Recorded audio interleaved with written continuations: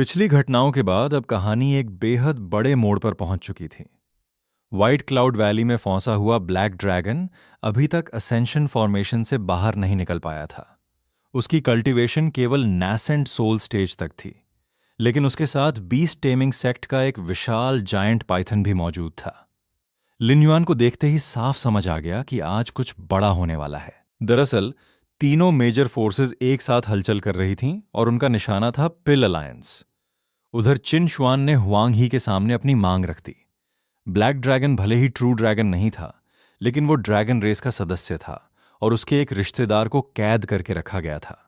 इसी वजह से चिन शुआन चाहता था कि हुआंग ही उस ड्रैगन को मुक्त कर दे, लेकिन हुआंग ही के लिए यह कोई छोटी बात नहीं थी। स्थिति इतनी गंभीर हो चुकी थी कि पिल किंग एकेडमी की असेसमेंट तुरंत रोक दी गई। सभी नैसेंट सोल से नीचे कल्टीवेशन वाले कल्टीवेटर्स को वहां से निकलकर सुरक्षित जगह पर छिपने का आदेश दिया गया, क्योंकि अब वहां रुकना सीधे मौत को बुलाना था।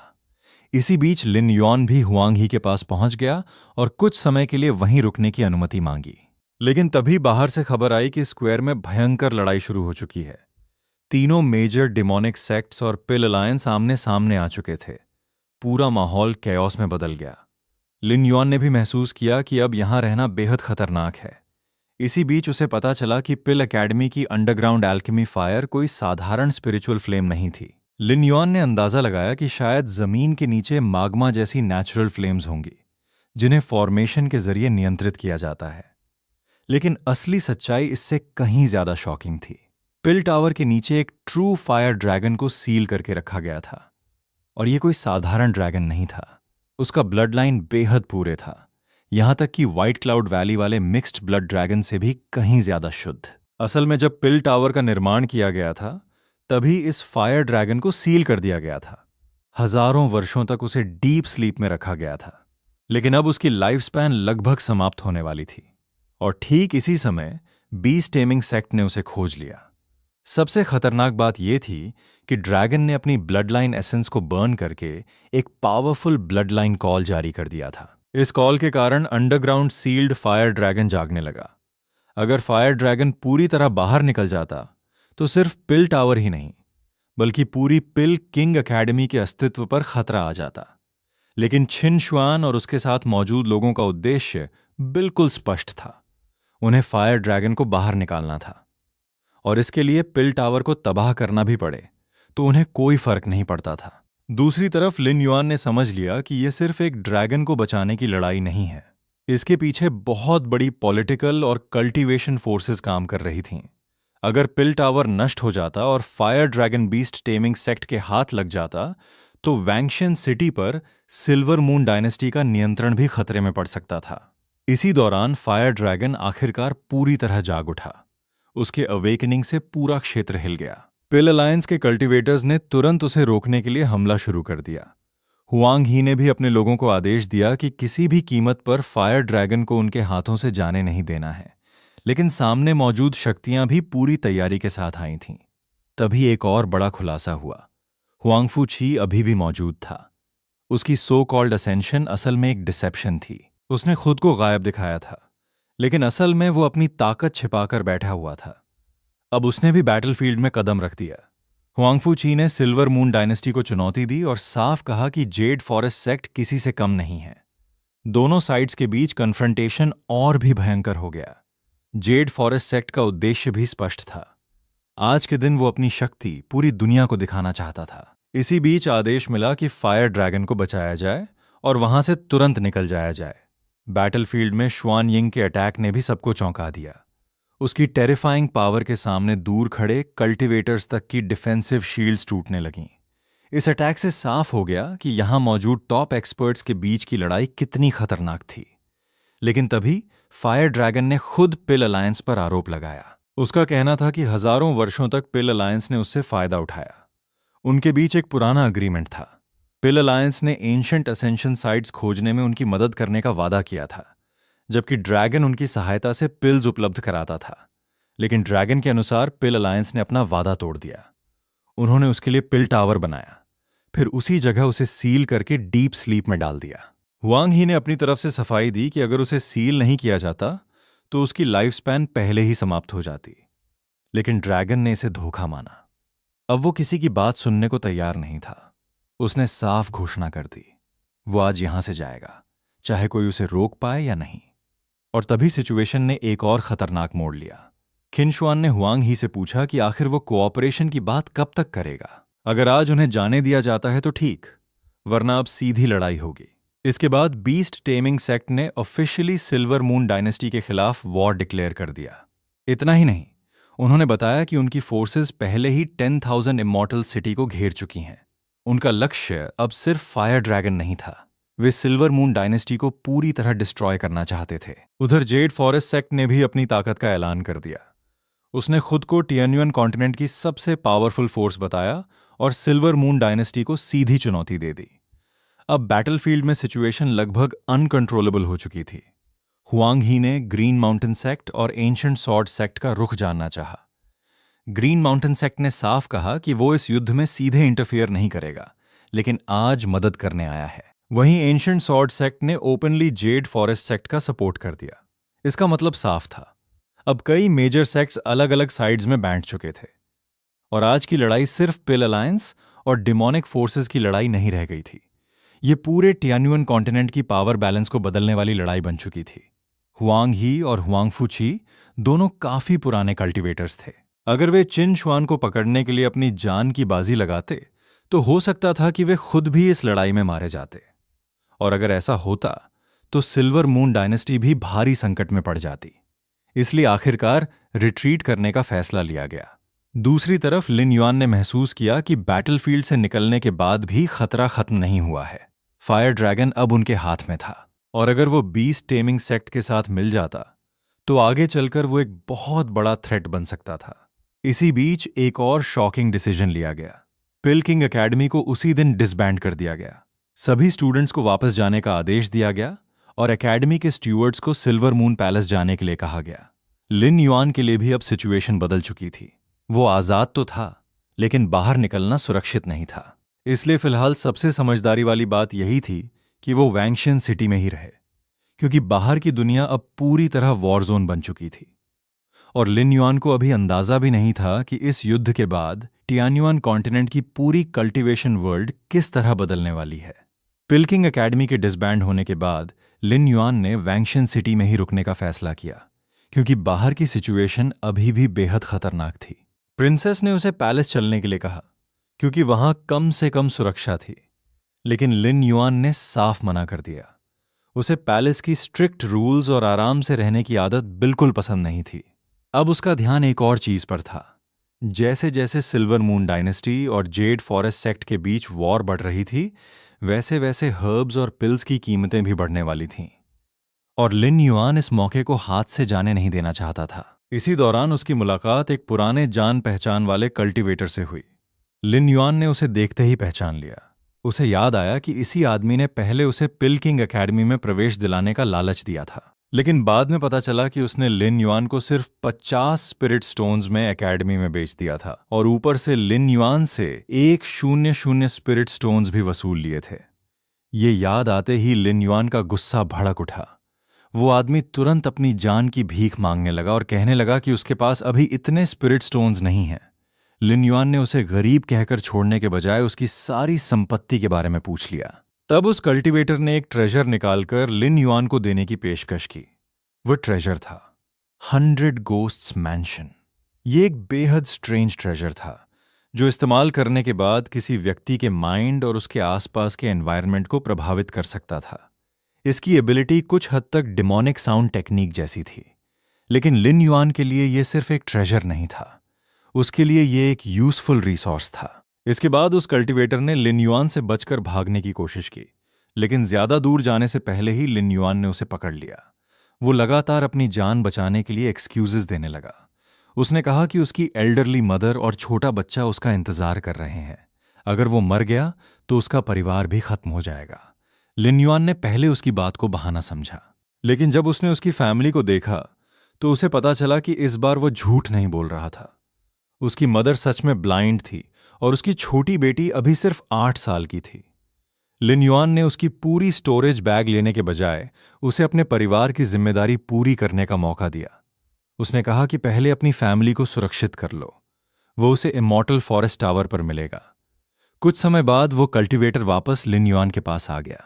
लिन युआन ने पहले उसे खाना खिलाया और फिर उसकी स्टोरेज बैग से स्पिरिट स्टोन्स निकाल लिए, लेकिन उसने उसके परिवार के लिए कुछ स्पिरिट स्टोन्स छोड़ने की अनुमति दी।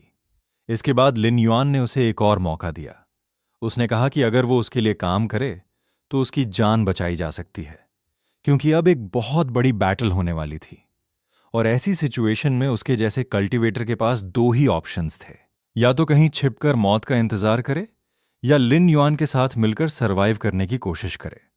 उस आदमी ने लिन युआन के साथ काम करने के लिए तुरंत हामी भर दी। लिन युआन ने उसे कहा कि अब उसे सीनियर ब्रदर लिन कह सकता है।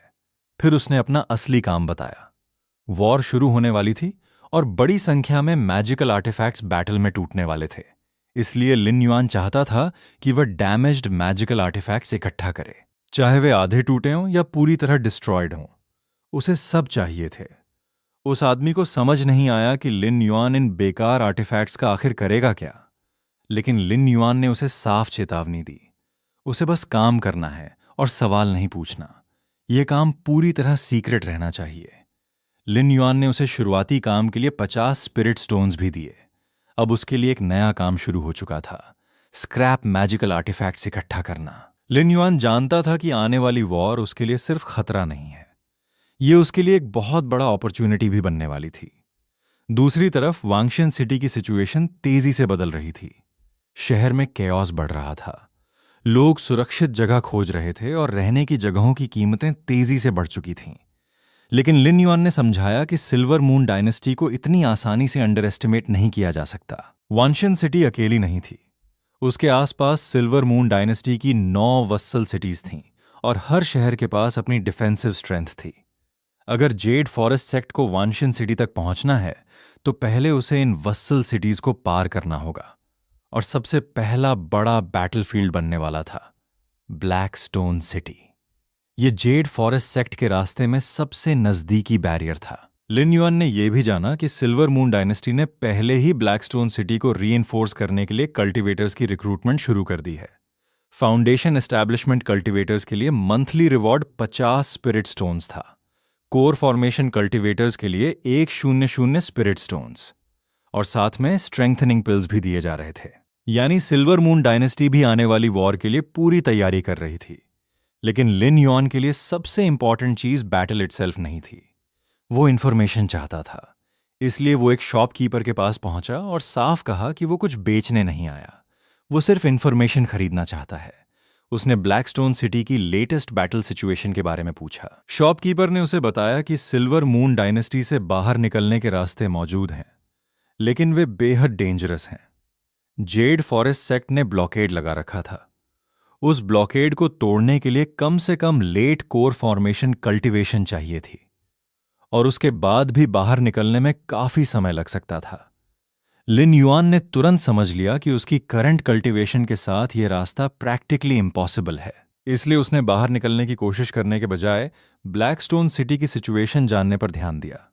शॉपकीपर ने बताया कि ब्लैकस्टोन सिटी अब आने वाली बड़ी लड़ाई का सबसे महत्वपूर्ण फ्रंटलाइन बनने वाला है और कुछ ही दिनों में वहां की पूरी सिचुएशन सबके सामने आ जाएगी। लिन युआन ने इंफॉर्मेशन ले ली। अब उसके सामने रास्ता साफ था। वॉर आने वाली थी।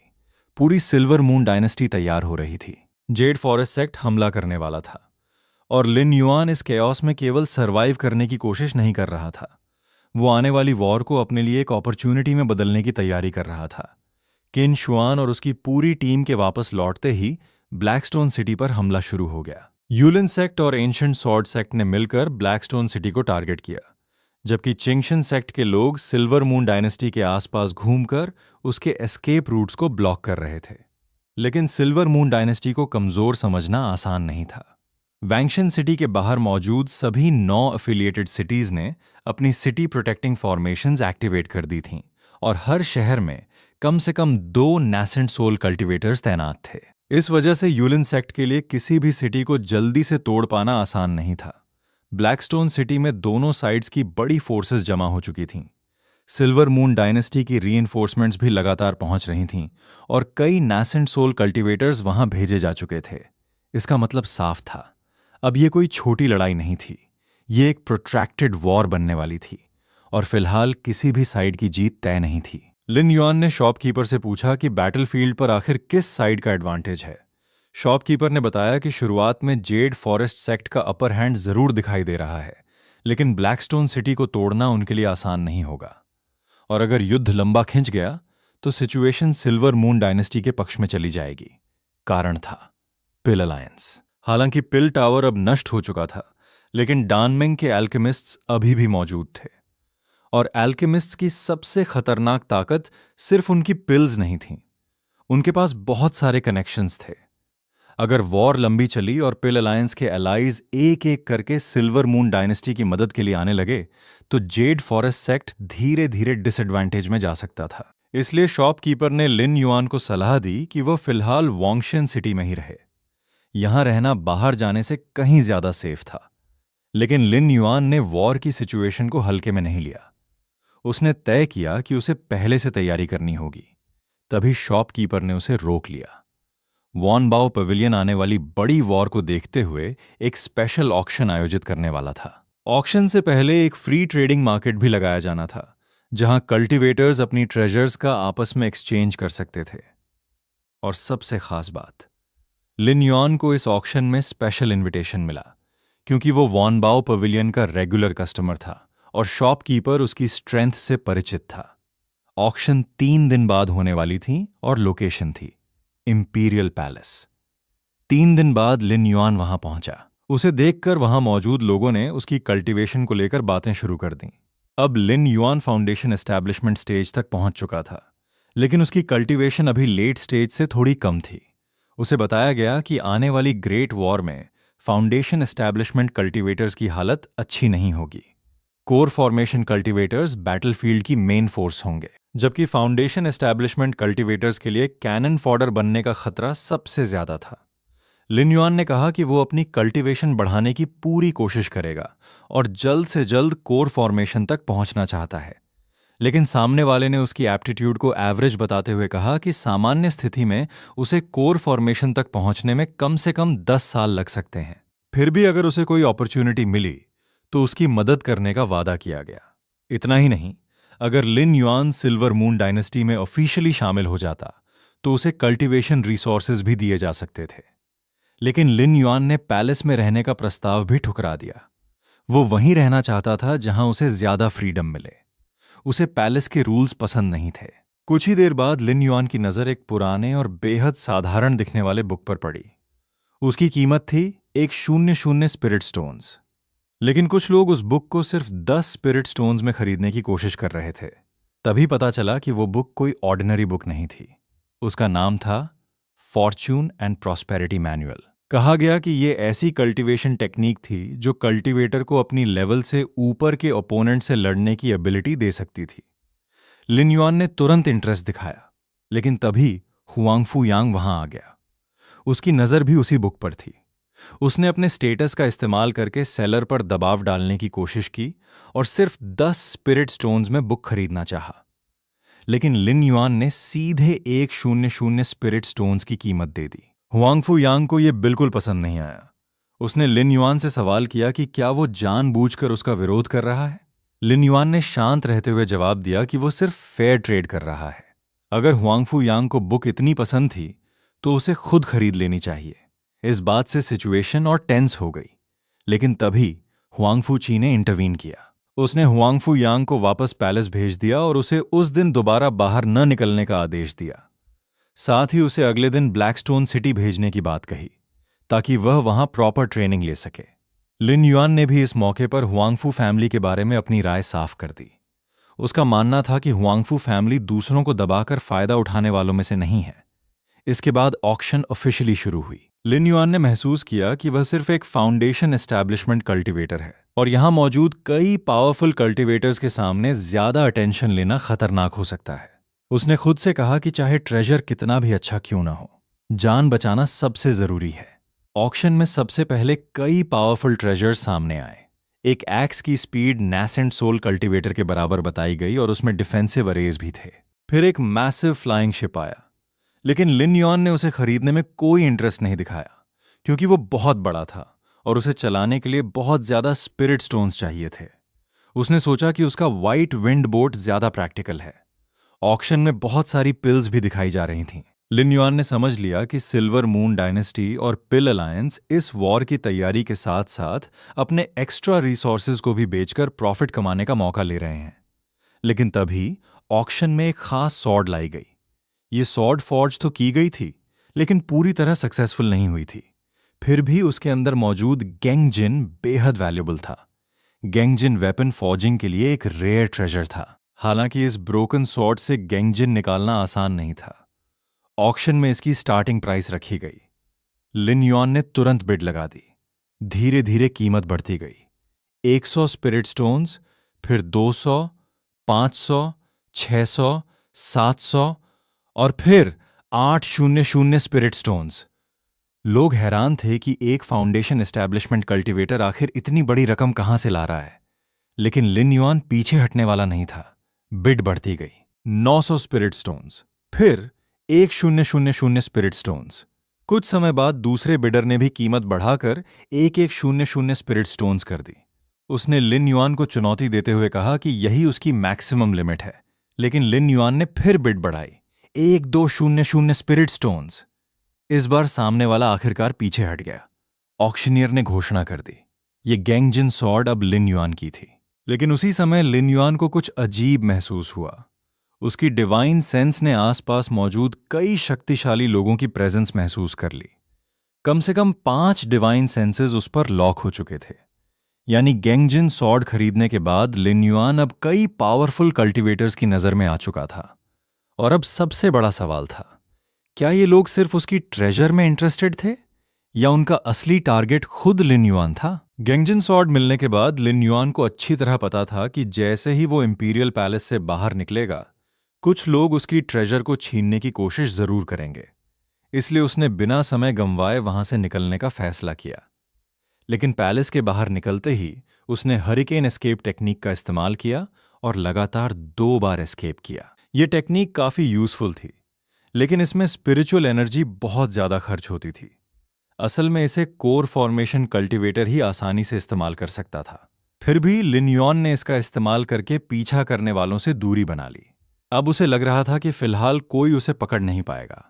वो इमॉर्टल स्पिरिट पेविलियन पहुंचा और सोचा कि इतनी बड़ी जगह पर सिक्योरिटी जरूर अच्छी होगी। लेकिन उसके लिए सबसे इंपॉर्टेंट चीज कुछ और थी। उसने गेंगजिन को बाहर निकाला। ये रेयर मटेरियल सिर्फ ट्विन शैडो पपेट को स्ट्रेंथन करने के लिए ही यूजफुल नहीं था, बल्कि लिन युआन ने पहले जो बॉडी रिफाइनिंग टेक्निक हासिल की थी, उसके साथ इसे इस्तेमाल करके वो मेटालिक इमॉर्टल एनर्जी को अब्सॉर्ब करके अपने फिजिकल बॉडी को भी मजबूत कर सकता था।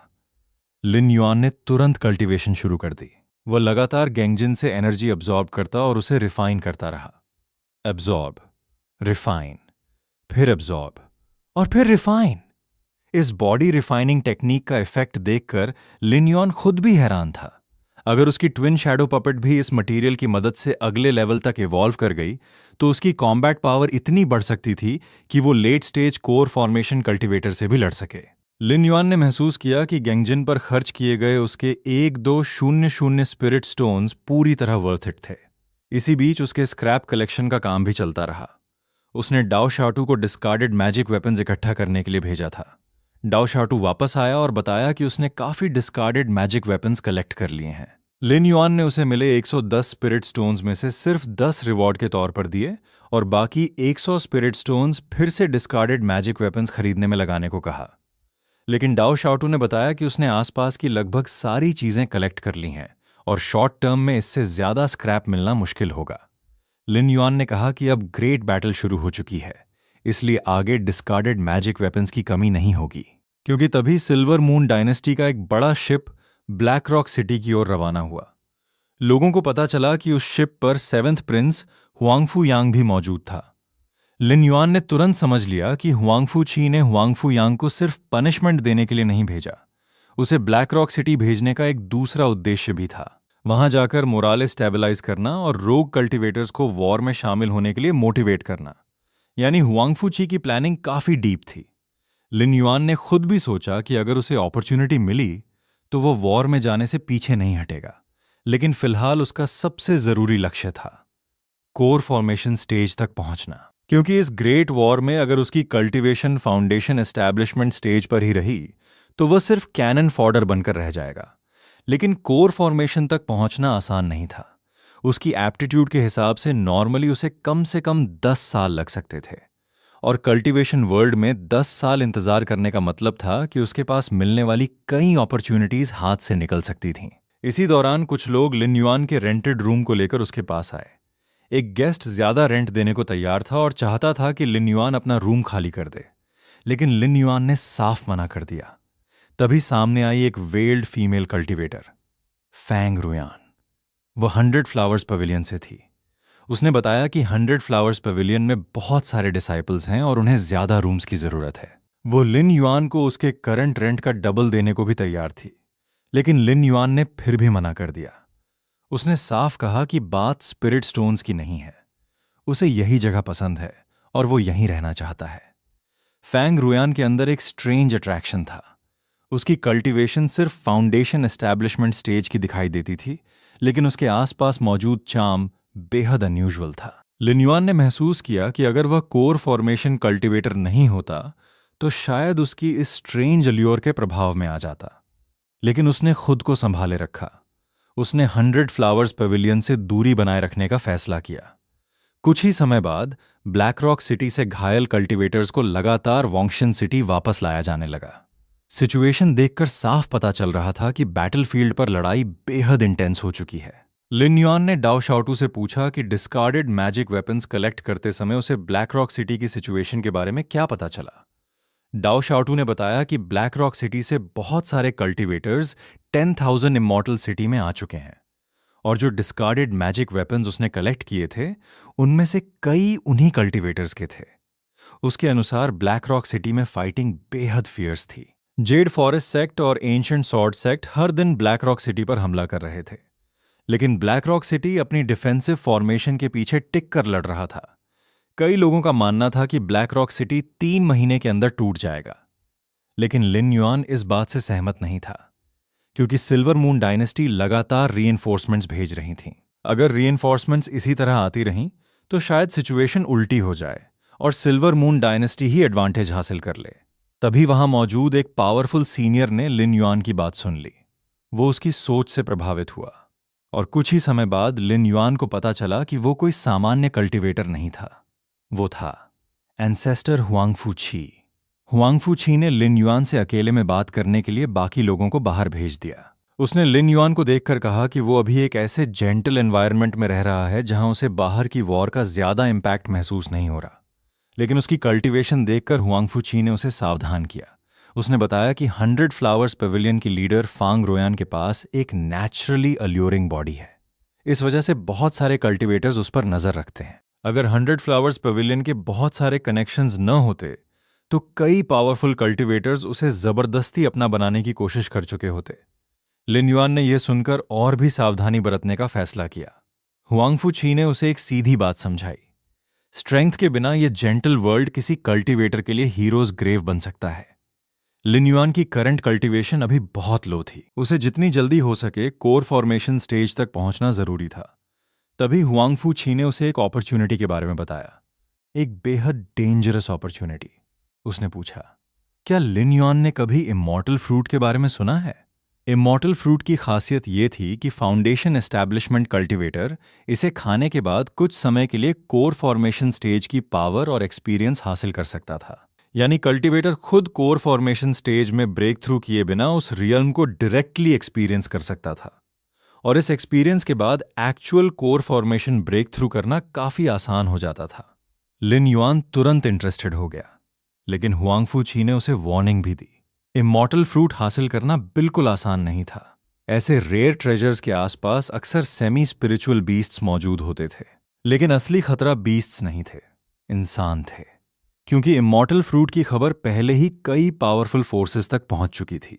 हर बड़े फोर्स के पास ऐसे यंग कल्टीवेटर्स थे जिन्हें कोर फॉर्मेशन में ब्रेक थ्रू करना था। इसलिए इमॉर्टल फ्रूट के लिए होने वाली कंपटीशन बेहद डेंजरस होने वाली थी। लिन युआन ने सोचा कि यह सिचुएशन भी लगभग यूलिन सेक्ट के टेरिटरी में जाने जैसी ही है। ब्लैक रॉक सिटी की तरफ जाते समय भी उसे यूलिन सेक्ट के लोगों से मारे जाने का खतरा था। तभी फैंग रोयन वहां पहुंची। उसने बताया कि हुआंगफू फैमिली का एक सीनियर लिन युआन से मिलना चाहता है, लेकिन लिन युआन ने तुरंत जाने से मना कर दिया। फैंग रोयान ने उसे समझाया कि वह सीनियर एक नैसेंट सोल कल्टिवेटर है, उसका इनविटेशन ठुकराना डिसरिस्पेक्ट माना जा सकता है। लिन युआन ने फिर भी शांत रहते हुए कहा कि अगर सीनियर उससे मिलना चाहता है तो वो खुद यहां आकर बात कर सकता है। और आखिरकार वही हुआ। एक पावरफुल ऑरा वहां पहुंची। हुआंगफूची खुद सामने आ गया। उसने लिन युआन को देखकर पूछा, क्या यही लिन युआन है? उसने सुना था कि लिन युआन काफी एरोगेंट है और उसके इनविटेशन को भी सीधे मना कर देता है। लिन युआन ने बिना डरे जवाब दिया कि यह उसका रेंटेड हाउस है और वो 6 महीने का रेंट पहले ही दे चुका है। उसे बिना वजह रूम छोड़ने की कोई जरूरत नहीं है। हुआंगफू फैमिली के सीनियर ने उसे वार्निंग दी, अगर वो अगले दिन तक रूम खाली नहीं करता तो उसे ब्लैक रॉक सिटी भेज दिया जाएगा और वहां कैनन फॉडर बनना पड़ेगा। लेकिन लिन युआन पीछे नहीं हटा। तभी सिचुएशन अचानक बदल गई। एक पावरफुल फिगर वहां पहुंचा, एंसेस्टर हुआंगफूची। उसे देखते ही सामने वाले का एटीट्यूड तुरंत बदल गया। अभी जो कल्टीवेटर लिन युआन को धमका रहा था, वही अब अचानक बेहद पोलाइट हो गया। ये देखकर लिन युआन को फिर एक बार समझ आया कि कल्टीवेशन वर्ल्ड में स्ट्रेंथ ही असली अथॉरिटी है। फैंग रोयान भी इस पूरे सीन को देखकर हैरान थी। उसे पता चला कि लिन युआन का रिलेशनशिप हुआंगफू फैमिली के इस पावरफुल एंसेस्टर से काफी अनयूजुअल है। लेकिन फांग रोयान की असली चिंता कुछ और थी। 100 फ्लावर्स पेविलियन एक स्मॉल फोर्स था और उसके लिए पावरफुल कल्टीवेटर्स का सपोर्ट बेहद जरूरी था। उनका एक स्ट्रॉन्ग एलाय हुआंगफू वांग अब ब्लैक रॉक सिटी जा रहा था। उसके चले जाने के बाद 100 फ्लावर्स पेविलियन के लिए फ्यूचर में दूसरे फोर्सेस के दबाव का खतरा बढ़ जाएगा। इसलिए फैंग रोयान चाहती थी कि लिन युआन उसकी मदद करे और उसे किसी पावरफुल बैकिंग से कनेक्ट कराए। लेकिन लिन युआन इस सिचुएशन को लेकर ज्यादा उत्साहित नहीं था। वह समझ चुका था कि 100 फ्लावर्स पवेलियन की लीडर साधारण फाउंडेशन एस्टैब्लिशमेंट कल्टीवेटर नहीं है। उसका चार्म और उसके कनेक्शंस दोनों ही बेहद डेंजरस थे। और इसी वजह से लिन युआन ने एक बार फिर खुद को याद दिलाया, इस कल्टीवेशन वर्ल्ड में किसी के अपीयरेंस या चार्म से प्रभावित होना उसके लिए बहुत बड़ी गलती हो सकती है।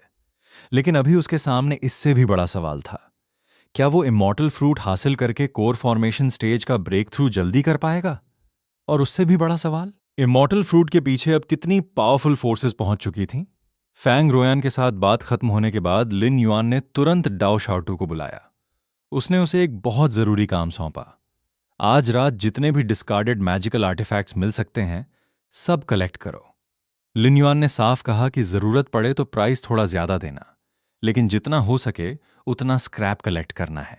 दाओ शाओटू ने हैरानी से पूछा कि आखिर इतनी जल्दी क्यों है?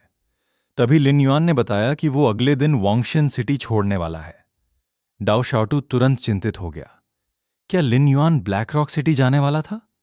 क्योंकि इस समय ब्लैक रॉक सिटी में जाना लगभग मौत को न्योता देने जैसा था।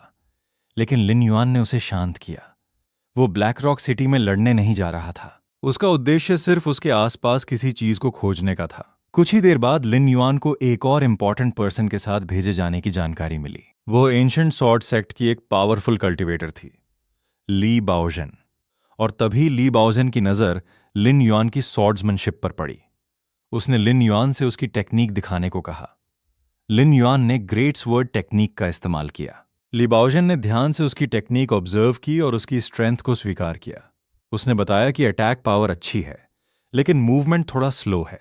लिन युआन की कल्टीवेशन के हिसाब से यह फिर भी एक डिसेंट अटैक मेथड था। लेकिन ली बाओजन ने उसकी सबसे बड़ी प्रॉब्लम पकड़ ली। Lin Yuan metal attribute technique cultivate कर रहा था, लेकिन उसके हाथ में वुड एट्रीब्यूट सोर्ड था। यह कॉम्बिनेशन आइडियल नहीं था। ली बाओजन ने बताया कि वुड एट्रीब्यूट सॉर्ड्स बहुत रेयर होते हैं, इसलिए लिन युआन के लिए एक सूटेबल सॉर्ड ढूंढना आसान नहीं होगा। तभी लिन युआन ने अपनी 9 सॉर्ड्स उसके सामने रख दी। ली बाओजन ने सॉर्ड्स को देखकर उनकी क्वालिटी को काफी अच्छा बताया। उनमें से एक सॉर्ड तो कोर फॉर्मेशन स्टेज तक इस्तेमाल करने के लिए भी काफी थी, लेकिन उसकी फॉर्जिंग क्वालिटी खराब थी। अगर उसे प्रॉपरली रिफॉर्ज किया जाए तो वही सॉर्ड फ्यूचर में नैसेंट सोल स्टेज तक भी इस्तेमाल की जा सकती थी। लिन युआन ने पूछा कि वो इस सॉर्ड के लिए कितने स्पिरिट स्टोन्स लेगी, लेकिन ली बाओजन ने पैसे लेने से इनकार कर दिया। उसने कहा कि दोनों की बातचीत उसे अच्छी लगी है, इसलिए वो सॉर्ड को फ्री में रिफॉर्ज कर देगी। लिन युआन ने तुरंत धन्यवाद दिया। ली बाओजन ने कहा कि तब फिलहाल उसकी बाकी 9 सॉर्ड्स उसके पास रहने दो। लेकिन तभी उसने एक बेहद इंपॉर्टेंट बात कही। अगर उस सॉर्ड में लेजेंडरी गेंगजिन डाल दिया जाए तो शायद उससे एक डिवाइन वेपन फॉर्ज की जा सकती है। लिन युआन ये सुनकर अंदर से सतर्क हो गया, क्योंकि उसके पास गेंगजिन पहले से मौजूद था। लिबाओजन ने बताया कि उसे खुद भी कभी गेंगजिन मिलने का मौका मिला था, लेकिन वो मौका उसके हाथ से निकल गया। लिन युआन तुरंत समझ गया, वो शायद गेंगजिन को लेकर उसे इनडायरेक्टली वार्निंग दे रही थी। इसलिए लिन युआन ने शांत रहते हुए कहा कि गेंगजिन जैसा रेयर ट्रेजर उसके पास होने की बात ही नहीं है। लेकिन तभी एक और शॉकिंग बात सामने आई। लिबाओजन ने बताया कि वो पहले एंशिएंट सॉर्ड सेक्ट की डिसाइपल थी, लेकिन अब उसे सेक्ट से निकाल दिया गया था और वो सिल्वर मून डायनेस्टी का हिस्सा बन चुकी थी। लिन युआन को तब पता चला कि उसके सामने बैठी ली बाओजन वही कल्टीवेटर थी जिसने अपने मास्टर की हत्या की थी और अपने सेक्ट को बिट्रे किया था। लिन युआन के लिए यह बहुत बड़ा शौक था। उसने महसूस किया कि उसकी 9 सॉर्ड्स शायद अब वापस मिलेंगी भी या नहीं। फिर भी वो कुछ नहीं बोला। आखिरकार उनका ग्रुप ब्लैक रॉक सिटी के करीब पहुंचा और लिन युआन ने पहली बार अपनी आंखों से वॉर की असली ब्रूटैलिटी देखी। पूरा एरिया लगभग उजड़ चुका था। शहर के आसपास की स्थिति देखकर उसे एहसास हुआ कि बैटलफील्ड की क्रूअल्टी उसकी कल्पना से कहीं ज्यादा थी। तभी सभी कल्टीवेटर्स को ब्लैक रॉक सिटी के अंदर ले जाया गया। वहां उन्हें सिटी के बारे में प्रिकॉशन समझाए गए। लिन युआन को यह भी समझ आया कि कुछ लोग सिर्फ स्पिरिट स्टोन्स कमाने के लालच में बैटलफील्ड तक पहुंच गए थे। लेकिन ब्लैक रॉक सिटी में सिचुएशन इतनी डेंजरस थी कि किसी भी समय मौत सामने आ सकती थी। कुछ समय बाद उनका स्वागत करने खुद ब्लैक रॉक सिटी का सिटी लॉर्ड आया, शांगवान होंग। उसकी कल्टीवेशन थी लेट स्टेज नासेंट सोल, इसलिए ब्लैक रॉक सिटी की डिफेंस फिलहाल काफी मजबूत थी। लेकिन शांगवान होंग ने साफ बताया कि शहर अभी सिर्फ डिफेंड कर सकता है, वो एनिमी पर प्रॉपर काउंटर अटैक करने की स्थिति में नहीं था। अगर हुआंगफू लान शहर के अंदर रहती तो उसकी सेफ्टी की गारंटी दी जा सकती थी, लेकिन उनका असली डेस्टिनेशन शहर के बाहर था और यही सबसे बड़ी समस्या थी। उनकी इंफॉर्मेशन के अनुसार जिस इमॉर्टल फ्रूट की तलाश में वे आए थे वह ब्लैक रॉक सिटी से लगभग 1500 ली वेस्ट कैंगलैंग माउंटेन पर दिखाई दिया था। लेकिन ब्लैक रॉक सिटी उस एरिया तक प्रोटेक्शन नहीं दे सकता था। हुआंगफू लान की सेफ्टी अब पूरी तरह ली बाओजन पर निर्भर थी। ली बाओजन ने अपनी जिम्मेदारी स्वीकार की, लेकिन उसने पूछा कि क्या ब्लैक रॉक सिटी से कोई और नासेंट सोल एक्सपर्ट उनके साथ नहीं जा सकता। शांगवान होंग ने साफ मना कर दिया। हर नासेंट सोल कल्टीवेटर इस समय ब्लैक रॉक सिटी के लिए बेहद महत्वपूर्ण था। एक भी एक्सपर्ट को बाहर भेजना डिफेंस को कमजोर कर सकता था। उसने ये भी बताया कि अगर वे अभी शहर से बाहर निकलते हैं तो एनिमी उन्हें आसानी से देख लेगा, इसलिए उन्हें सही समय का इंतजार करना होगा। जब Z forest sect black rock city पर हमला करेगा, उसी कैओस का फायदा उठाकर वे बाहर निकलेंगे। लिन युआन ने समझ लिया कि यह प्लान बेहद रिस्की है, लेकिन इस समय उनके पास दूसरा ऑप्शन भी नहीं था। कुछ ही समय बाद वो मोमेंट आ गया। ब्लड स्पिरिट सेक्ट ने ब्लैक रॉक सिटी पर हमला कर दिया। वे शहर में सिर्फ एक दिन पहले पहुंचे थे और अब युद्ध शुरू हो चुका था। पूरे शहर में कैओस फैल गया। ली बाओजन ने तुरंत लिन युआन और हुआंगफू लान को तैयार रहने को कहा। उन्हें इसी कैओस के बीच ब्लैक रॉक सिटी से बाहर निकलना था। लिन युआन ने डिफेंसिव फॉर्मेशन को ध्यान से देखा। एंशिएंट सॉर्ड सेक्ट की अटैक पावर बेहद स्ट्रांग थी। उसे देखकर लगा कि ब्लैक रॉक सिटी की डिफेंसिव फॉर्मेशन ज्यादा देर तक टिक नहीं पाएगी। ली बाओजन ने दोनों को चेतावनी दी, फॉर्मेशन जल्द ही टूटने वाली है, मेरे करीब रहना। अगर कैओस में वे एक दूसरे से अलग हो गए तो हुआंगफू लान को बचाना लगभग इम्पॉसिबल हो जाएगा। अब उनके सामने सिर्फ एक रास्ता था, ब्लैक रॉक सिटी से बाहर निकलना और कैंगलैंग माउंटेन की ओर बढ़ना, क्योंकि वहां उनका असली लक्ष्य इंतजार कर रहा था, immortal fruit. Black rock city से निकलने के दौरान लिन युआन और हुआंगफू लान पर अचानक हमला हुआ। लिन युआन ने महसूस किया कि बैटलफील्ड की कैओस के बीच भी कोई नासेंट सोल कल्टीवेटर उसे टारगेट कर रहा था। इतनी बड़ी कल्टीवेशन गैप के बावजूद एक फाउंडेशन एस्टैब्लिशमेंट कल्टीवेटर पर एम्बुश होना कोई छोटी बात नहीं थी। लिन युआन ने हुआंगफू लान को बचाने की कोशिश की, लेकिन सिचुएशन बेहद खतरनाक थी। वांगचन माउंटेन में कुछ दिन बिताने के बाद आखिरकार लिन युआन की इंजरीज काफी हद तक रिकवर हो चुकी थीं।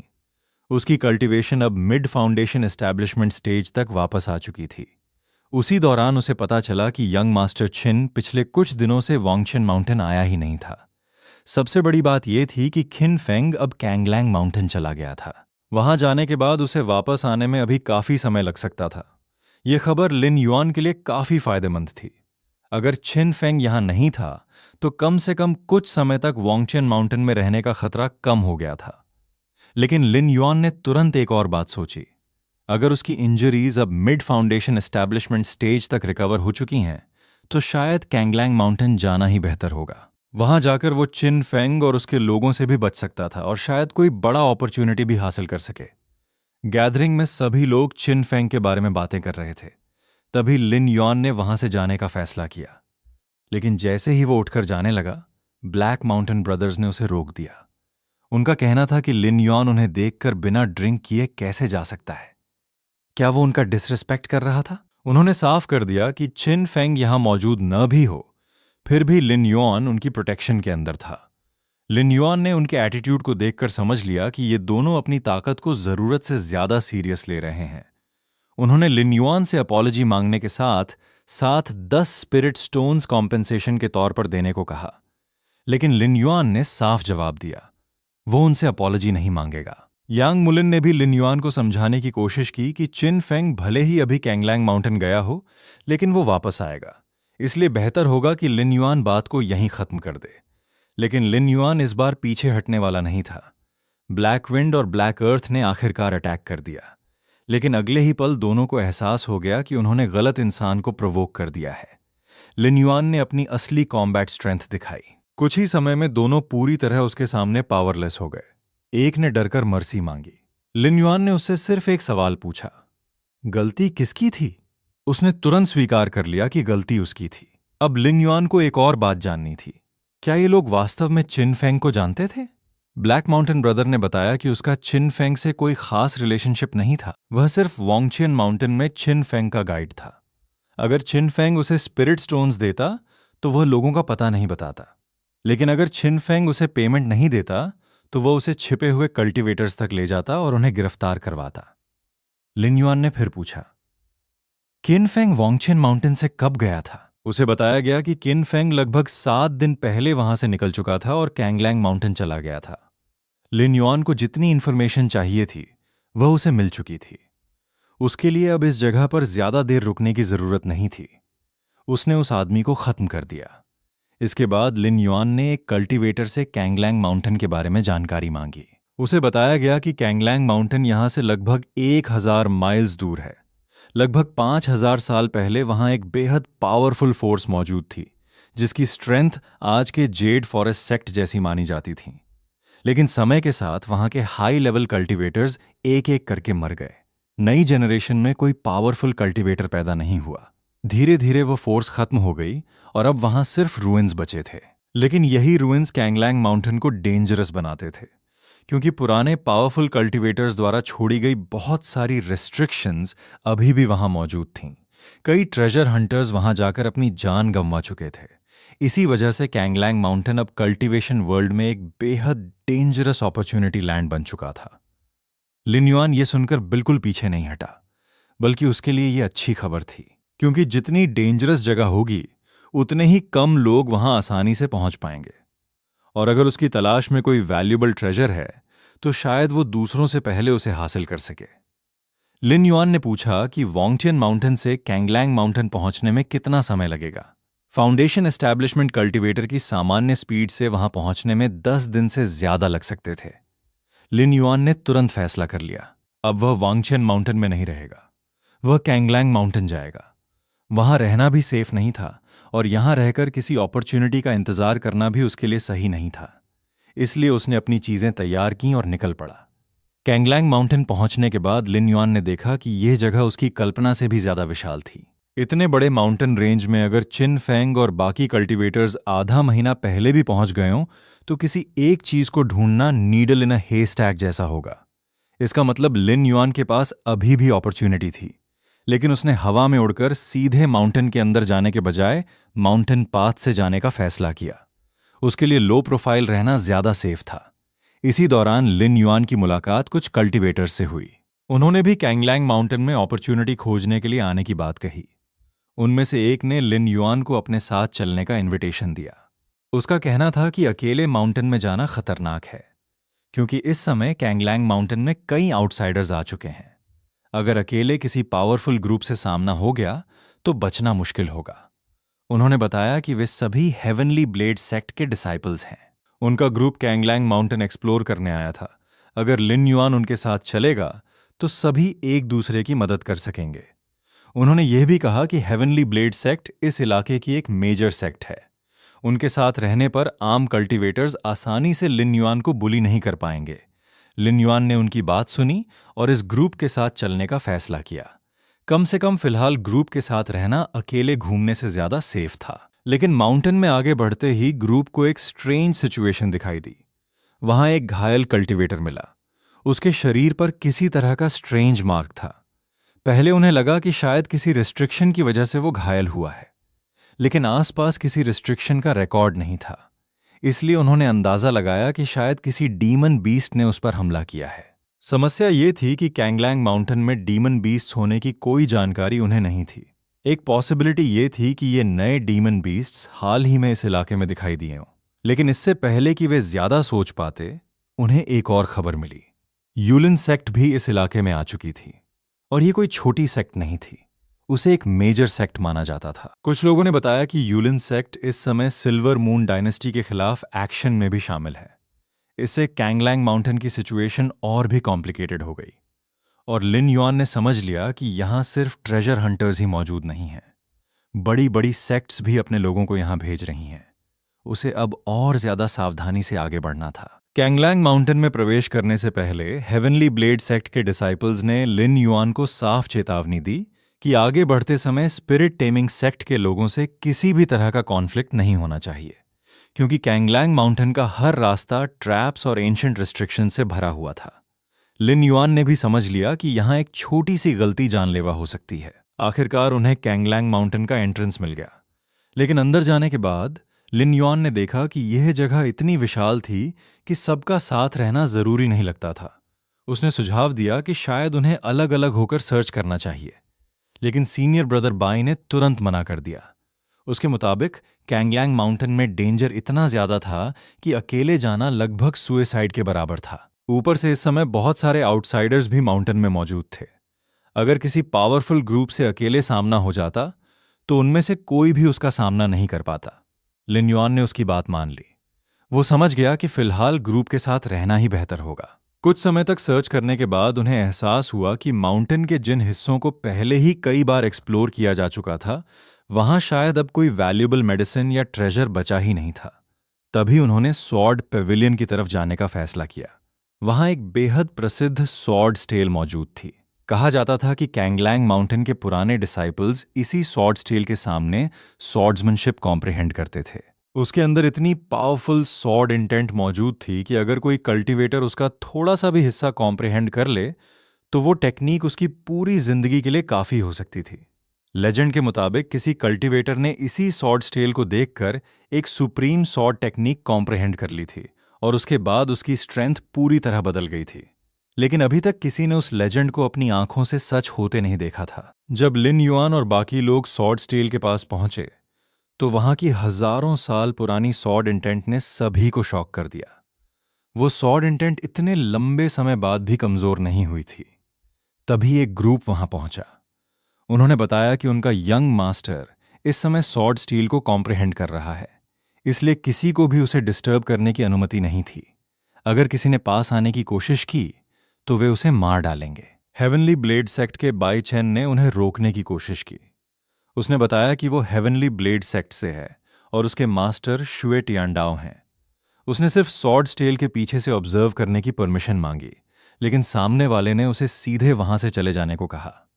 बाई चेन को यह इंसल्ट बिल्कुल पसंद नहीं आया। उसने अपने फादर की स्ट्रेंथ का भी हवाला दिया और बताया कि उसके फादर एक late stage core formation cultivator हैं। लेकिन सामने वाला कल्टीवेटर बिल्कुल नहीं डरा, बल्कि उसने उल्टा कहा कि अगर हेवनली ब्लेड सेक्ट का सेक्ट लीडर सिर्फ late stage core formation cultivator है तो शायद ये सेक्ट उतनी पावरफुल है ही नहीं। इसके बाद उसने अटैक कर दिया। सिचुएशन अचानक डेंजरस हो गई। लिन युआन ने देखा कि हेवनली ब्लेड सेक्ट के डिसाइपल्स ट्रबल में हैं, लेकिन इसी केओस में एक अनएक्सपेक्टेड चीज भी हुई। एक एक्सपर्ट ने घायल कल्टीवेटर की इंजरीज को हील कर दिया। इसके बाद हेवनली ब्लेड सेक्ट के डिसाइपल्स ने अपनी गलती मान ली और वहां से हट गए। लेकिन इस घटना के दौरान लिन युआन भी घायल हो गया था। शुए ने तुरंत उसे स्पिरिट स्टेबलाइजिंग पिल देने की कोशिश की और साथ में बोन स्पिरिट पिल्स भी ऑफर की। लेकिन लिन युआन ने पिल्स लेने से मना कर दिया। उसने कहा कि थोड़ी देर मेडिटेशन करने से वो खुद रिकवर कर सकता है। लेकिन शुए ने इंसिस्ट किया कि वो इंजर्ड हालत में आगे माउंटेन एक्सप्लोर न करे। उसका सुझाव था कि लिन युआन यहीं रुककर पहले पूरी तरह रिकवर हो जाए और फिर माउंटेन से नीचे चला जाए। लिन युआन ने मजाक में पूछा, फेलो डाओइस्ट बाय, क्या आप मुझे अबैंडन करने की कोशिश कर रहे हैं? शुए ने तुरंत इसका विरोध किया। उसने याद दिलाया कि लिन युआन ने उसे बचाते समय खुद इंजरी ली थी, इसलिए उसे इस हालत में अकेला छोड़ना सही नहीं होगा। लेकिन सीनियर ब्रदर बाय ने अलग ओपिनियन दिया। उसने कहा कि लिन युआन अब इंजर्ड है और अगर वे उसे साथ लेकर आगे गए तो डेंजर के समय उसकी प्रोटेक्शन करना मुश्किल होगा। उनकी अपनी कल्टीवेशन भी बहुत ज्यादा नहीं थी, वे मुश्किल से खुद को बचा सकते थे। इसलिए लिन युआन का साथ रहना उनके लिए एक बर्डन बन चुका था। आखिरकार उन्होंने लिन युआन को वहीं छोड़कर आगे बढ़ने का फैसला किया। उन्होंने उसे कहा कि ठीक होने के बाद हेवनली ब्लेड सेक्ट में जाकर उनका इंतजार करे। लिन युआन ने जाते जाते शुए को सावधान रहने की सलाह दी और फिर उसने तंज कसते हुए कहा कि अगर शुए भी घायल हो गया तो शायद उसे भी इसी तरह अबैंडन कर दिया जाएगा। इस बात पर बाकी लोग नाराज हो गए, लेकिन लिन युआन ने ज्यादा बहस नहीं की। उनके जाने के बाद उसने आसपास की सिचुएशन को देखा। उसने महसूस किया कि ब्लैक क्लोथ्ड यंग मास्टर और उसका लैम्पलाइटर अभी भी आगे मौजूद थे। इसका मतलब था कि जिस इमॉर्टल फ्रूट की तलाश में लोग यहां आए थे वह अभी तक किसी के हाथ नहीं लगा था।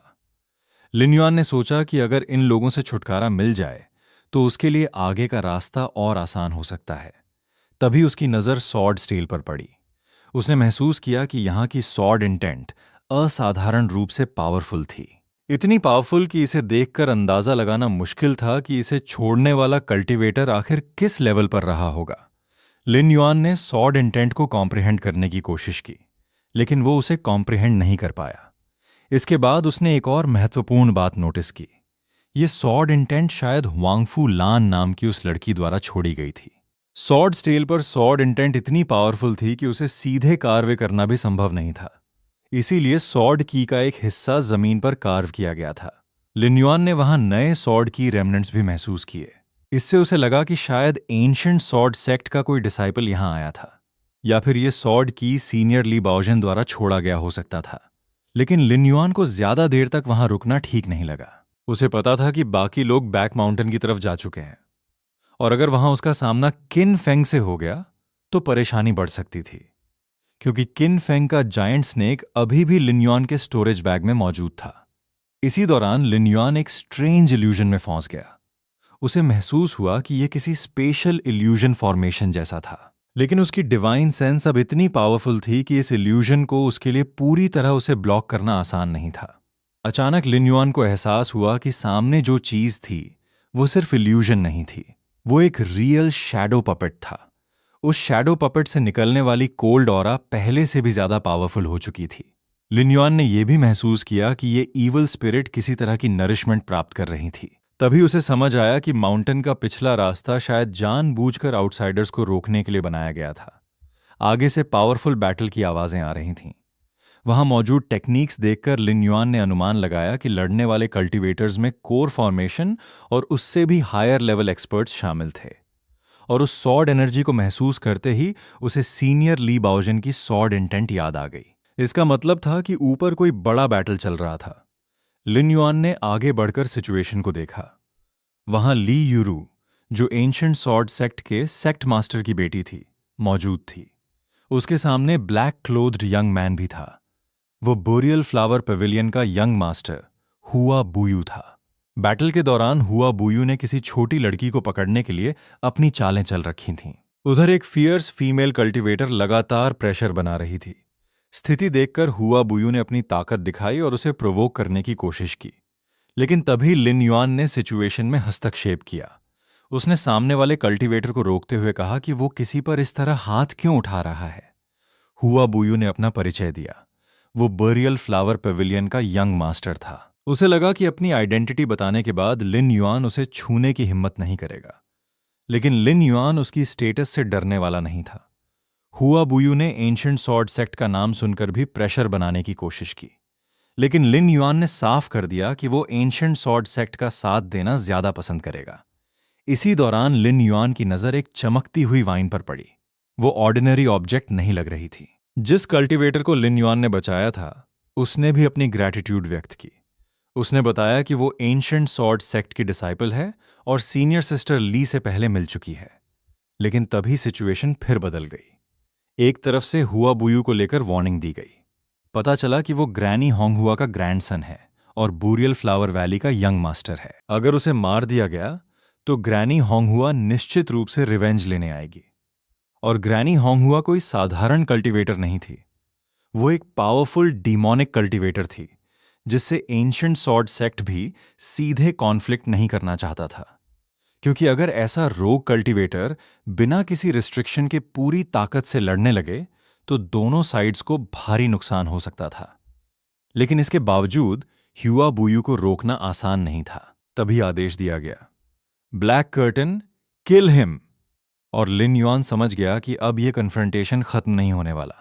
असल बैटल अब शुरू होने वाली थी। लिन युआन के सामने अब बुरियल फ्लावर वैली का मामला पूरी तरह खुल चुका था। सामने वाले ने उसे धमकाते हुए कहा कि उसे पता भी है कि उनका यंग मास्टर कौन है। अगर उसने यंग मास्टर के एक बाल को भी नुकसान पहुंचाया तो उसे इसकी भारी कीमत चुकानी पड़ेगी। लेकिन लिन युआन ने साफ जवाब दिया कि वो सिर्फ उसके बाल को नुकसान पहुंचाने तक नहीं रुका है। अब सवाल था कि सामने वाला उसके खिलाफ क्या कर सकता है। इसी बीच ब्यूरियल फ्लावर वैली के लोग ग्रैनी रेड फ्लावर का नाम लेकर उसे डराने लगे। लेकिन तभी एंशिएंट सॉर्ड सेक्ट की तरफ से कड़ा जवाब आया। अगर आज उनकी बेटी को कुछ हुआ तो एंशिएंट सॉर्ड सेक्ट सीधे ब्यूरियल फ्लावर वैली के खिलाफ अपनी सेना भेज देगा। अब ब्यूरियल फ्लावर वैली के लोगों का एटीट्यूड बदल गया। उन्होंने अपने यंग मास्टर को छोड़ने की विनती शुरू कर दी और कहा कि ग्रैनी रेड फ्लावर की खातिर उन्हें जाने दिया जाए। लेकिन एंशिएंट सॉर्ड सेक्ट ने साफ कर दिया कि आज जो भी हुआ उसकी जिम्मेदारी वे खुद स्वीकार करेंगे। लिन युआन ने भी स्पष्ट कर दिया कि उसे एंशिएंट सॉर्ड सेक्ट में शामिल होने की कोई इच्छा नहीं है। उसका एंशिएंट सॉर्ड सेक्ट से कोई दुश्मनी भी नहीं है। उसने सिर्फ सीनियर सिस्टर ली को बचाने के लिए इस मामले में हस्तक्षेप किया था। अब जब सीनियर सिस्टर ली सुरक्षित थी तो उसके लिए मामला यहीं खत्म हो चुका था। इसके बाद एक और छोटी सी बात सामने आई। जिस रिजुविनेटिंग वाइन से लिन युआन को बांधा गया था उसे वापस मांगा गया। लेकिन लिन युआन ने उसे वापस लेने की जगह सीधे कह दिया कि अगर उन्हें यह पसंद है तो वे इसे रख सकते हैं। एंशिएंट सॉर्ड सेक्ट जैसी बड़ी सेक्ट ऐसी चीज के लिए उसके साथ झगड़ा नहीं करेगी। आखिरकार लिन युआन को वहां से जाने दिया गया। हालांकि उसे वार्निंग दी गई कि कैंगलैंग माउंटेन में दोबारा उनके सामने न आए। जाते समय सामने वाले ने उसे याद रखने की धमकी दी। लिन युआन ने भी पीछे से जवाब दिया कि अगर हिम्मत है तो उसे वोंगशिन सिटी में ढूंढ लेना। इसके बाद एंशिएंट सॉर्ड सेक्ट की सीनियर सिस्टर ने लिन युआन से पूछा कि क्या वो पहले पिल किंग एकेडमी का स्टूडेंट रह चुका है। लिन युआन ने सम्मान से जवाब दिया कि पिल किंग एकेडमी अब उसके लिए अतीत की बात है। अब वो एक रोग कल्टीवेटर है। सीनियर सिस्टर ने पूछा कि अगर ऐसा था तो उसने वोंगशिन सिटी में रहना क्यों नहीं चुना। तब लिन युआन ने अपनी कहानी बताई। वह दूसरे रोग कल्टीवेटर्स के साथ कल्टीवेशन रिसोर्सेज हासिल करने के लिए ब्लैकस्टोन सिटी गया था। लेकिन वहां उसकी मुलाकात हुआंगफू परिवार के एक nascent soul expert Huangfu Wong से हो गई। एक बड़ी बैटल के दौरान हुआंगफू वोंग ने उसे अचानक एम्बुश कर दिया। लिन युआन किसी तरह उस अटैक से बच गया, लेकिन वो ब्लैकस्टोन सिटी के बाहर रूइंस में गिर गया और बुरी तरह इंजर्ड हो गया। उसके बाद से उसे अपनी पहचान छिपाकर अलग अलग जगहों पर रहना पड़ा। सीनियर सिस्टर को यह सुनकर हैरानी हुई कि हुआंगफू परिवार अपने ही लोगों पर अटैक कैसे कर सकता है। लेकिन लिन युआन ने कड़वी सच्चाई बताई। उनकी नजर में फाउंडेशन एस्टैब्लिशमेंट कल्टीवेटर की जान की कोई कीमत नहीं थी। वह उनके लिए सिर्फ कैनन फॉडर था। सीनियर सिस्टर ने माना कि नासेंट सोल कल्टीवेटर के अटैक से बच निकलना अपने आप में बहुत बड़ी किस्मत थी। फिर उसने लिन युआन की इंजरीज को देखा।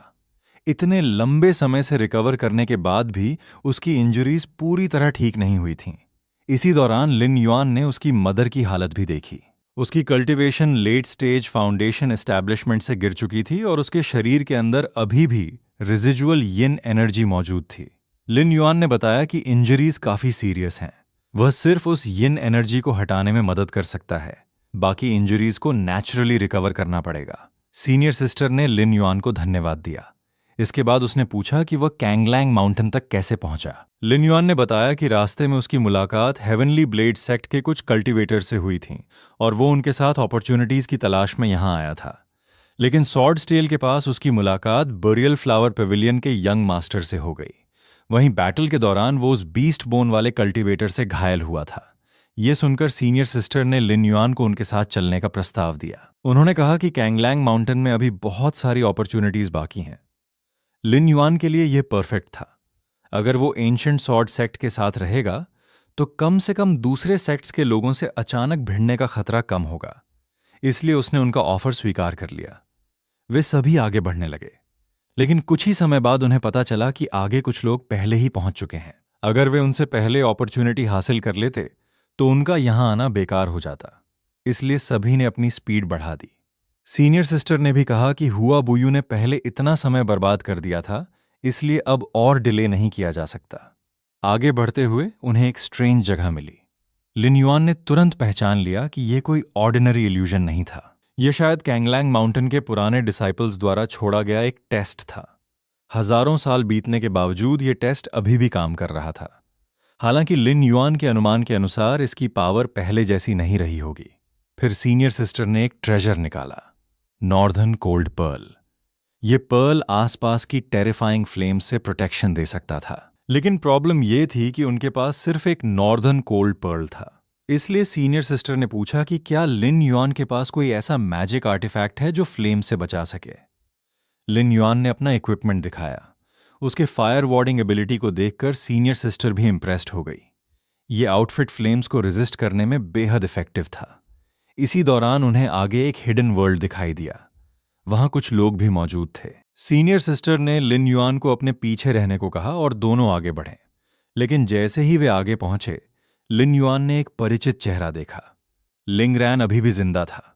हुआंगफू लान ने उसे देखकर पूछा कि क्या वो सच में मरा नहीं था। लिंग रैन ने जवाब दिया कि वो जिंदा है और शायद हुआंगफू लान इससे डिसअपॉइंटेड होगी। इसके बाद हुआंगफू लान ने पूछा कि क्या लिंग रैन को पता था कि उस पर हमला किसने किया था। जवाब आया, हुआंगफू वांग। लिन युआन ने साफ कर दिया कि हुआंगफू वांग भले ही हुआंगफू परिवार से हो, लेकिन उसका उससे कोई संबंध नहीं है। हुआंगफू लान ने भी कहा कि लिन युआन पर हुआंगफू वांग ने अटैक किया था और उन्हें पहले से इसकी जानकारी नहीं थी।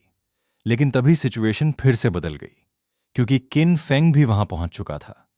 लिन युआन को देखते ही चिन फेंग ने उसे पहचान लिया। उसने तुरंत कहा कि लिन युआन खुद उसके सामने आ गया है, अब उसे बचने नहीं दिया जाएगा। लेकिन एंशिएंट सॉर्ड सेक्ट के साथ होने के कारण चिन फेंग सीधे अटैक नहीं कर सकता था। उसने मैडम मा से कहा कि लिन युआन का उसके साथ पुराना ग्रज है और उसे अपने हवाले कर देना चाहिए। इसके बदले beast taming sect ancient sword sect का एहसान मानेगा। मैडम मा ने पूछा कि आखिर लिन युआन ने चिन फेंग के साथ ऐसा क्या किया है, और उसने चिन फेंग को सलाह दी कि अगर संभव हो तो इस ग्रज को यहीं खत्म कर दे। चिन फेंग ने एंशिएंट सॉर्ड सेक्ट की सीनियरिटी का सम्मान करते हुए कहा कि अगर मैडम मा कह रही हैं तो वो यहां लिन युआन को परेशान नहीं करेगा। लेकिन उसने साफ वार्निंग दी, अगर कैंगलैंग माउंटेन से बाहर निकलने के बाद लिन युआन उसके हाथ लग गया तो एंशिएंट सॉर्ड सेक्ट को इंटरफियर नहीं करना चाहिए। इसके बाद माहौल अचानक और भी कॉम्प्लिकेटेड हो गया। एंशिएंट सॉर्ड सेक्ट के दो पुराने लोगों के बीच बातचीत शुरू हुई। एक तरफ सीनियर सिस्टर थी और दूसरी तरफ उसका पुराना सीनियर ब्रदर। दोनों ने एक दूसरे को वर्षों बाद देखा था। सीनियर ब्रदर ने पूछा कि वो कैसी है। उसने जवाब दिया कि वो अब भी पहले जैसी ही है। फिर सीनियर सिस्टर ने कहा कि जो कुछ अतीत में हुआ था वो उसके लिए बहुत बड़ा ब्लो था, लेकिन इतने साल बीत चुके हैं, फिर भी वो खुद को इतना डिप्रेस्ड क्यों रखे हुए है। सीनियर ब्रदर ने अतीत की बात करने से मना कर दिया। अब वो खुद को एक ट्रेटर मानता था। उसकी नज़र में अतीत को बदलना संभव नहीं था। तभी सीनियर सिस्टर की बेटी ने पूछा कि ये व्यक्ति कौन है। उसे बताया गया कि वह उसका अंकल लाई है। लेकिन तभी एक और व्यक्ति ने बातचीत में हस्तक्षेप किया। उसने आरोप लगाया कि ली बाओजन ने अपने मास्टर को मारकर सेक्ट के साथ बिट्रेयल किया था और अब वो सिल्वर मून डायनेस्टी के लिए काम कर रहा है। उसने मैडम मा से सवाल किया कि अगर वो इस व्यक्ति से इतने पुराने संबंध के कारण बात कर रही है तो क्या इसका मतलब ये है कि वो उनके अलायंस को बिट्रे करने की तैयारी कर रही है। स्थिति अब बेहद तनावपूर्ण हो चुकी थी। एक तरफ लिन युआन था, जो खिन फेंग की नज़र में पहले से ही टारगेट था। दूसरी तरफ एंशिएंट सॉर्ड सेक्ट के पुराने रिश्ते और ली बाओजन का अतीत सामने आ चुका था। और अब यह साफ था कि कैंगलैंग माउंटेन में सिर्फ ट्रेजर्स के लिए बैटल नहीं हो रही थी। यहां अलग अलग सेक्ट्स के पुराने ग्रजेस, अलायंसेस और पर्सनल सीक्रेट्स भी धीरे धीरे सामने आ रहे थे। कैंगलैंग माउंटेन के अंदर अब सिचुएशन और भी ज्यादा कॉम्प्लिकेटेड हो चुकी थी। एक तरफ ancient sword sect, green mountain sect और दूसरे मेजर सेक्ट्स के एक्सपर्ट्स मौजूद थे, जबकि दूसरी तरफ इमॉर्टल फ्रूट की तलाश में आए कई पावरफुल कल्टीवेटर्स भी यहां इकट्ठा हो चुके थे। इसी बीच एक और बड़ा नाम सामने आया, पाइन क्रेन डाओइस्ट। उसने ग्रीन माउंटेन सेक्ट में शामिल होने का फैसला कर लिया था और अब गेस्ट एल्डर के रूप में उनके साथ था। मैडम मां ने इसे लेकर कोई बहस नहीं की, क्योंकि इस समय सबका असली लक्ष्य एक ही था, इमॉर्टल फ्रूट। पाइन क्रेन डाओइस्ट ने साफ कहा कि अगर वे तीनों मिलकर आउटसाइडर्स को रोकें तो इमॉर्टल फ्रूट हासिल करना आसान हो जाएगा। लेकिन इसका मतलब यह भी था कि अगर उन्होंने साथ मिलकर एक्शन लिया तो ली बाओजेन और हुआंग फुलान दोनों मुश्किल में पड़ सकते थे। लिन युआन ने यह बात सुन ली और तुरंत सवाल किया, क्या आप मुझे आउटसाइडर कह रहे हैं? उसने सामने वाले को चुनौती दी कि अगर उसे लिन युआन से छुटकारा पाना है तो पहले सॉन्गहे डाओइस्ट को उसके खिलाफ भेजकर देख लें। लेकिन तभी उसका सीनियर ब्रदर बीच में आ गया और उसे इम्पल्सिव होने से रोक दिया। उसने साफ कर दिया कि जो भी उसके सीनियर ब्रदर को छूने की कोशिश करेगा, उसे पहले उसकी मदर का सामना करना पड़ेगा। इसके बाद ली बाओजेन को लेकर फिर पुराना विवाद शुरू हो गया। कुछ लोग उसे एंशिएंट सॉर्ड सेक्ट का ट्रेटर मान रहे थे और सवाल कर रहे थे कि आखिर उसकी प्रोटेक्शन क्यों की जा रही है। लेकिन मैडम मां ने उन्हें चुप करा दिया। उसने कहा कि अभी लड़ाई शुरू करने का सही समय नहीं है। पहले उन्हें इमॉर्टल फ्रूट ढूंढना था, यही सबसे महत्वपूर्ण बात थी। इसके बाद उन्होंने इन्फॉर्मेशन को कंपेयर किया। ग्रीन माउंटेन सेक्ट को जो इन्फॉर्मेशन मिली थी उसके अनुसार इमॉर्टल फ्रूट इसी जगह मौजूद था, लेकिन बीस्ट टेमिंग सेक्ट के पास भी बिल्कुल वही इन्फॉर्मेशन थी। इससे सभी को शक हुआ, अगर दोनों अलग अलग सेक्ट्स को एक ही इन्फॉर्मेशन मिली है तो यह कोइंसिडेंस नहीं हो सकता, कुछ बड़ा जरूर छिपा हुआ था। तभी अचानक एक और टेरिफाइंग प्रेजेंस महसूस हुई। ग्रैनी रेड फ्लावर खुद कैंगलैंग माउंटेन में आ चुकी थी। उसके आते ही एटमॉस्फेयर पूरी तरह बदल गया। लिन युआन ने मन ही मन समझ लिया कि कल्टीवेशन वर्ल्ड में किसी पर भी पूरी तरह भरोसा नहीं किया जा सकता, और वो खुद भी कोई सेंट नहीं था। दोस्तों, आज की वीडियो यहीं पर खत्म होती है। अगर आपको ये स्टोरी पसंद आई हो तो वीडियो को लाइक करना मत भूलिए। कमेंट नेक्स्ट पार्ट अगर आप इसका अगला भाग जल्द से जल्द देखना चाहते हैं। और ऐसे ही शानदार डोंगहुआ, मैनहुआ और कल्टीवेशन स्टोरीज के लिए सब्सक्राइब कर लीजिए इस चैनल को और बेल आइकन भी दबा दीजिए ताकि अगली वीडियो सबसे पहले आप तक पहुंचे। मिलते हैं अगली वीडियो में, तब तक अपना ख्याल रखिए। धन्यवाद।